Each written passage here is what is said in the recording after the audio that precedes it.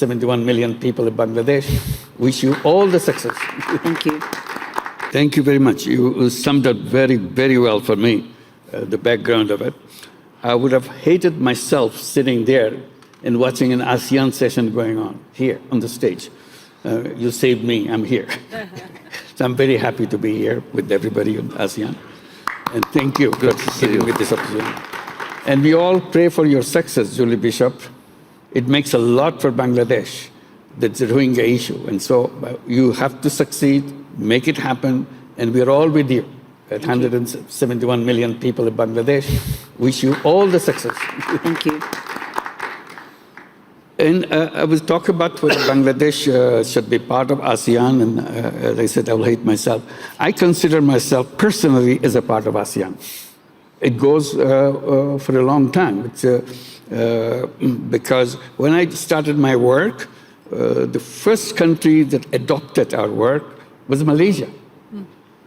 Amana Ikhtiar, Malaysia, and next to your constituency. Anwar has become a very good friend since then. We have been very close, and enthusiasm that he showed in our work, as a result, is a spread. The whole idea of microcredit spread all over Malaysia. And that was the beginning of the idea of microcredit going out of Bangladesh. That's the first country. So that brought me so close to Malaysia, and it became stronger and stronger relationship with Malaysia. We feel extremely well connected together. So I don't see why we cannot be together in ASEAN.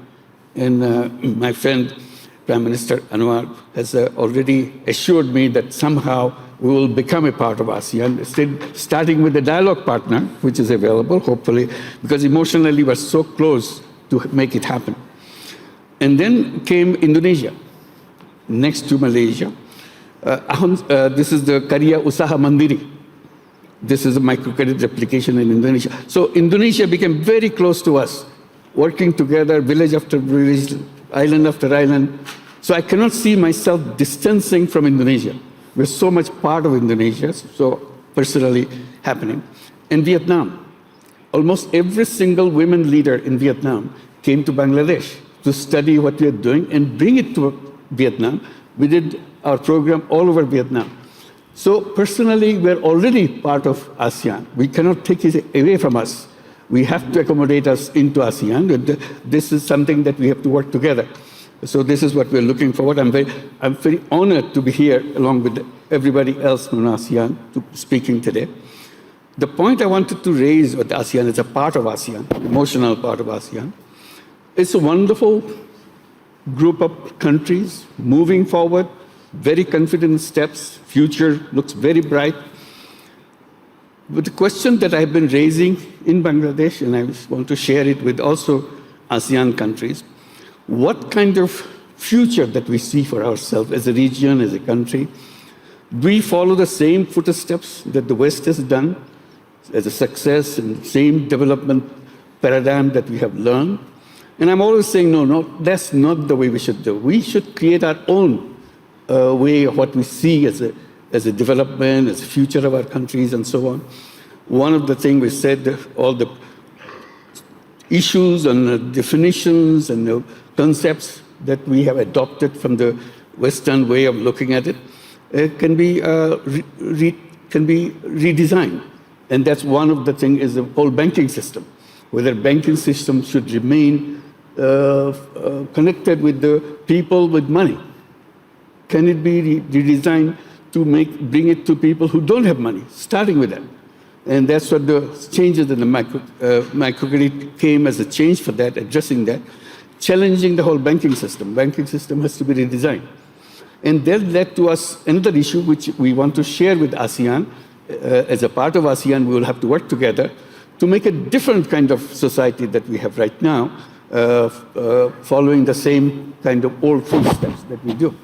Avoid the whole wealth concentration issue completely, right from the beginning. Because otherwise, if you follow the same step, we go back to the same thing with all the concentration of wealth. It's globally, concentration of wealth is going on, and that will be a disaster for future. So how to do it differently? That's where the banking system comes, very important.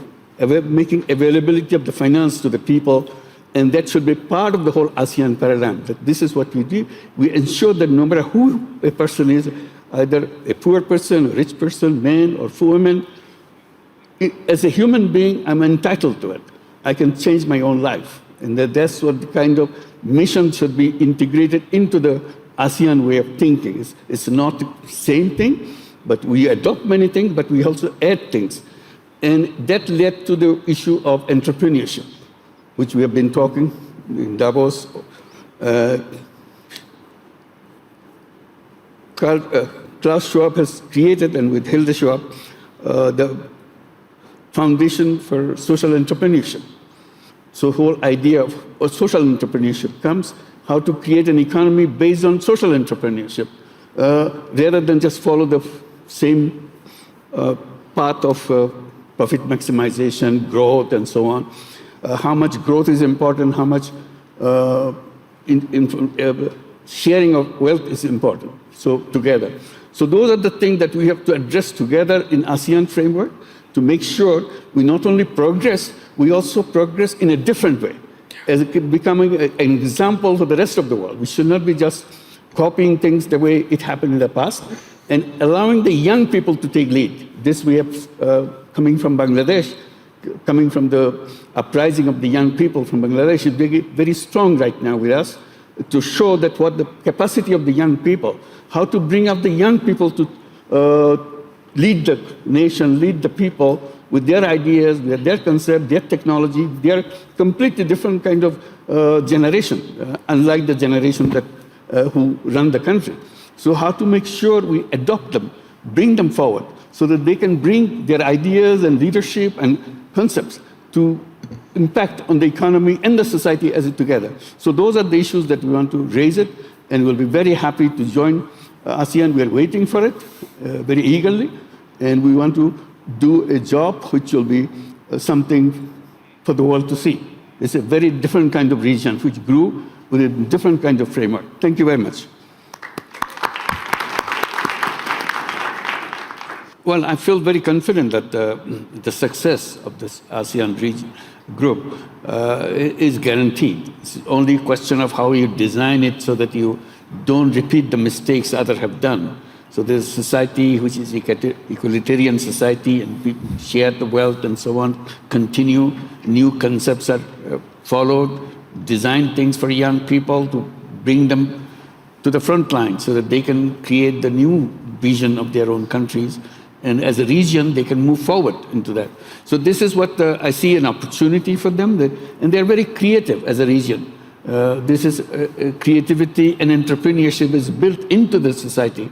So we should not go away from that and follow this job-oriented society that we have to have a job and continue with the job. I think the whole thing will be entrepreneurship-oriented society. The young people grow up to make sure that he or she can participate in the economy on her own, on his own. And that's where the financial system has to be redesigned in a way it serves a purpose. Social business funds can be created so that the funds can be available to the young people. The educational system can be redesigned so that this is not getting a degree to get a job, kind of the conventional way of thinking. We go to the university, we go to the educational institution to prepare ourselves to become entrepreneur, become creative person, which we are. Simply, we kind of sharpen the creativity. Education gives us the knowledge and gives us the opportunity to make sure we come out as an individual creative person and contribute to the society. It's not for personal gain all the time. It's personal gain is one part, and the social gain. So each one growing up, not just one-dimensional person which pursue the life just for his or her own personal achievements. So it'll be something part for yourself and part for the community, society that you belong to, so that that society becomes better society after what you have done. Thank you. Thank you. Thank you for those wonderful words at the end. Thank you so much to this great panel. I think we know a little bit more about not only ASEAN, but also the possibilities in the years to come. It was a great panel. Give them a big applause. Thank you.